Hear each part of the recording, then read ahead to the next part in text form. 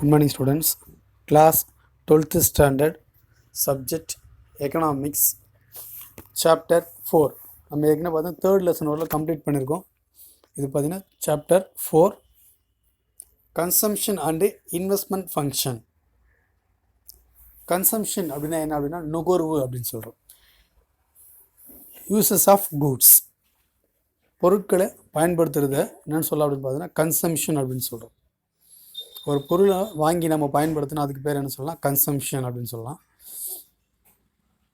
Investment function, நம்ம இந்த லெசனில் எதை பற்றி பார்க்க போகிறோம் அப்படின்னா கன்சம்ஷனாக என்ன, இன்வெஸ்ட்மெண்ட் ஃபங்க்ஷன் அப்படின்னா என்ன. இன்வெஸ்ட்மெண்ட் முதலீடுகள் அப்படின்னு சொல்கிறோம்.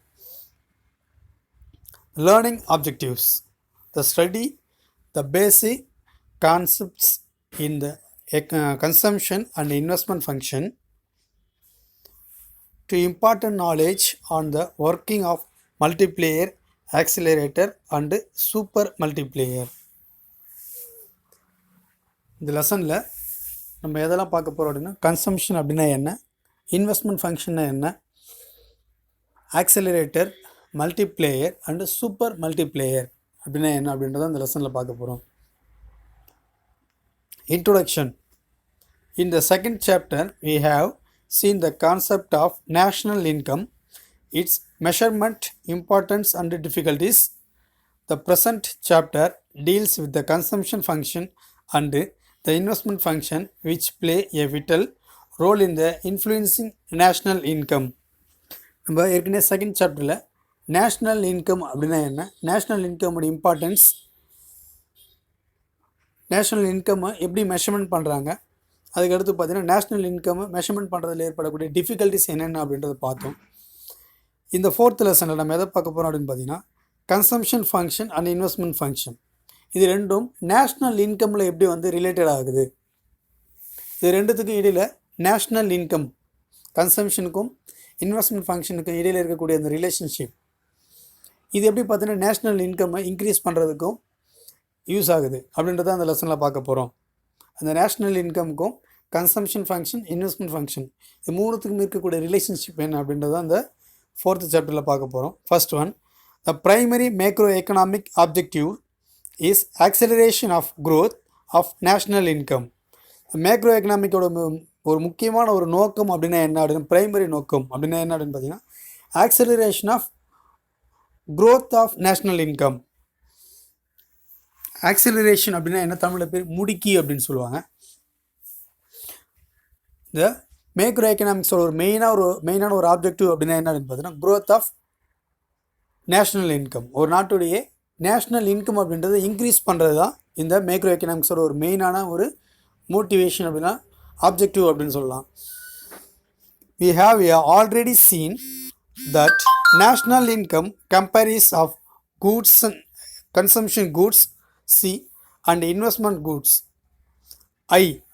There is close correlation between investment and national income. இந்த நேஷ்னல் இன்கமுக்கு ரொம்ப நெருங்கிய ஒரு தொடர்புடைய ரெண்டு தலைப்புகள் அப்படின்னா என்னென்ன அப்படின்னு பார்த்தீங்கன்னா ஒன்று கன்சம்ஷன், இன்னொன்று பார்த்தீங்கன்னா இன்வெஸ்ட்மெண்ட் ஃபங்க்ஷன். இது ரெண்டும் தான் என்ன அப்படின்னு பார்த்தீங்கன்னா நேஷ்னல் இன்கம் இன்க்ரீஸ் பண்ணுறதுக்கான ஒரு முக்கியமான ஒரு காரணமாக இருக்கும். ஒரு நாட்டுடைய நேஷ்னல் இன்கம்மை இன்க்ரீஸ் பண்ணுறதுக்காகவும் ஒரு நாட்டுடைய நேஷ்னல் இன்கம் அதிகமாகிறதுக்கும் ரொம்ப முக்கியமான ஒரு காரணமாக எது இருக்குது அப்படின்னு பார்த்தீங்கன்னா இந்த சி அண்ட் ஐ.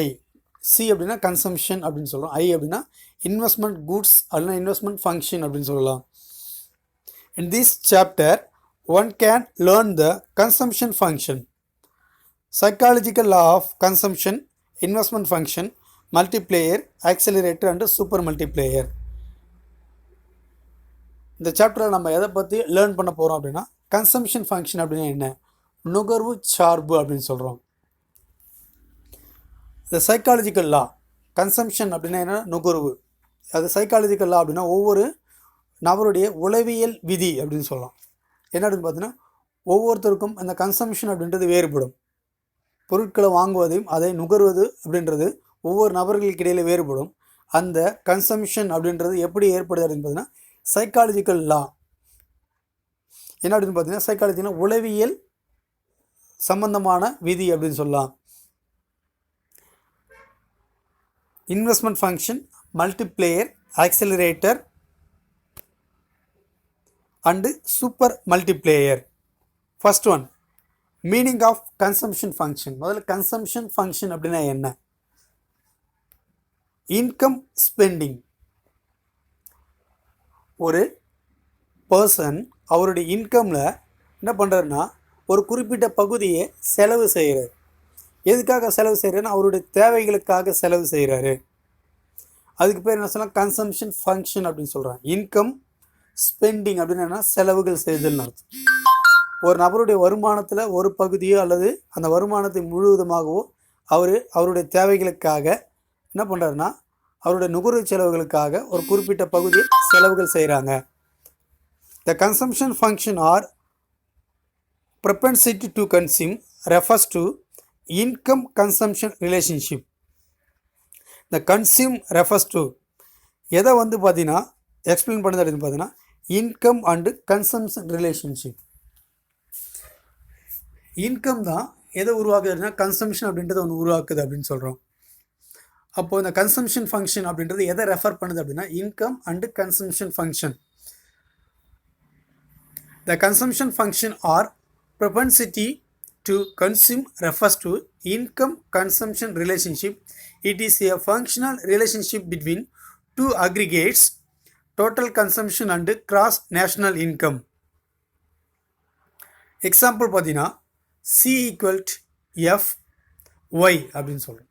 C அப்படின்னா கன்சம்ஷன், F அப்படின்னா ஃபங்க்ஷன், Y அப்படின்னா இன்கம். இன்னொரு முக்கியமான விஷயம் என்ன அப்படின்னு பார்த்தீங்கன்னா இந்த கன்சம்ஷன் அப்படின்றது எப்படி உருவாகுது அப்படின்னா இன்கம் ஸ்பெண்டிங். அதான் சொல்கிறோம். இன்கம் வந்து என்ன பண்ணுறாங்க? செலவு செய்கிறாங்க. ஒரு நபருக்கு வரக்கூடிய வருமானம், ஒரு நபரிடம் பெறக்கூடிய வருமானத்தில் ஒரு பகுதியை என்ன பண்ணுறாங்க? செலவுகள் செய்கிறாங்க. அந்த செலவுகள் அப்படின்றது எப்படி இருக்குன்னா இன்கம் இன்க்ரீஸ் ஆனாலும் ஒரு குறிப்பிட்ட அளவுக்கு என்ன இருக்குன்னா கன்சம்ஷன் அப்படின்றது இருந்துக்கிட்டே இருக்கும். கம்பல்சரி எல்லாருக்குமே என்ன இருக்கும்? பொருட்களை வாங்கி அவங்களுக்கு தேவையான பொருட்களை வாங்கி பயன்படுத்துவதுக்கு பேர் கன்சம்ஷன் அப்படின்னு சொல்லலாம். நுகர்தல் அப்படின்னு சொல்லுவாங்க. அது C equal to F. Consumption அப்படின்னா using goods, uses of goods அப்படின்னு சொல்லலாம். ஒரு பொருட்களை வாங்கி பயன்படுத்துறதுக்கு பேர் கன்சம்ஷன் அப்படின்னு சொல்லலாம். இந்த பொருட்களை வாங்கக்கூடிய எண்ணம் அப்படின்றது எப்படி வருது அப்படின்னு பார்த்தீங்கன்னா ஹியூமன் வாண்ட்ஸ், மனிதனுடைய விருப்பங்கள் தான் எதை உருவாக்குது? கன்சம்ஷன் அப்படின்றது உருவாக்குது. கன்சம்ஷன் அது நுகர்வு அப்படின்றது உருவாக்குது. மனிதனுடைய விருப்பங்கள் எண்ணற்றவை அப்படின்னு சொல்லலாம். அது என்ன அப்படின்னு பார்த்தீங்கன்னா ஒவ்வொரு விதமானதுனா மனிதனுடைய விருப்பங்கள் மாறி மாறி ஒரு பொருட்களை வாங்குவதற்கு தூண்டுகோலாக இருக்குது. அப்படி பொருட்களை வாங்கி பயன்படுத்துறதுக்கு தூண்டுகோலாக இருக்கக்கூடிய ஒரு முக்கியமான ஒரு ஃபேக்டர் அப்படின்றத சொல்லணும்னு பார்த்தீங்கன்னா ஹியூமன் வாண்ட்ஸ். அந்த வாண்ட்ஸ் தான் என்ன பண்ணுது? கன்சம்ஷன் அப்படின்றது ஒன்று உருவாக்குது. இதுதான் நான் சொல்கிறேன் மனிதனுடைய உள் உணர்வு சம்பந்தமான விருப்பங்கள். அந்த விருப்பங்களின் அடிப்படையில் மனிதன் தங்களுக்கு தேவையான பொருட்களை வாங்குகிறாங்க, வாங்கி அதை பயன்படுத்துகிறாங்க. அதுக்கு பேர் என்ன சொல்லலாம்? கன்சம்ஷன் அப்படின்னு சொல்கிறோம். கன்சம்ஷன் ஃபங்க்ஷன் அப்படின்னா C equal to F Y. Income spending அப்படின்னு சொல்கிறோம். இன்கம் இருந்தால் தான் அவங்க என்ன பண்ண முடியும்? அவங்களுக்கு தேவையான கூட்ஸை வாங்குறதுக்கு செலவு செய்கிறாங்க. இப்போ அதுக்கு பேர் என்ன சொல்லலாம்? கன்சம்ஷன் ஃபங்க்ஷன் அப்படின்னு சொல்லலாம். அப்போ கன்சம்ஷன் ஃபங்க்ஷன் அப்படின்னா ஏன்னா எதோட ரிலேஷன்ஷிப் அப்படின்னா இன்கம் ப்ளஸ் கன்சம்ஷன். இது ரெண்டு ரிலேஷன்ஷிப் தான் கன்சம்ஷன் ஃபங்க்ஷன். அது ஒரு ஃபார்முலாவை கொடுத்துருக்காங்க. C equal to F Y. C அப்படின்னா கன்சம்ஷன், Y அப்படின்னா இன்கம், F அப்படின்னா ஃபங்க்ஷன் அப்படின்னு சொல்லலாம்.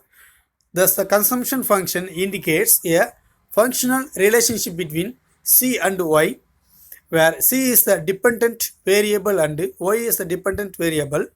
C is the determined by Y. This relationship is